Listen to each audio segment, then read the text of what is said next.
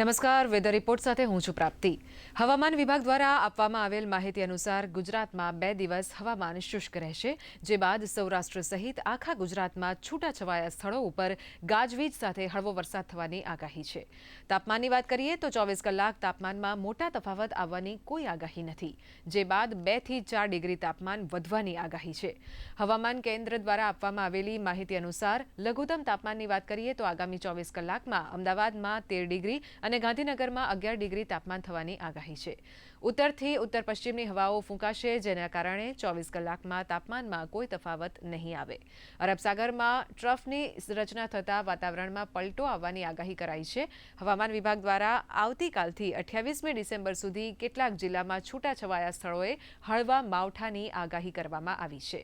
હવામાન વિભાગની આગાહી મુજબ 26મીએ ગુરુવારે કચ્છ, દેવભૂમિ દ્વારકા, જામનગર, પોરબંદર, પાટણ, બનાસકાંઠા, મહેસાણા, સાબરકાંઠા, અરવલ્લી, મહીસાગર, નર્મદા જિલ્લામાં છૂટાછવાયા સ્થળોએ હળવા વરસાદની આગાહી કરવામાં આવી છે।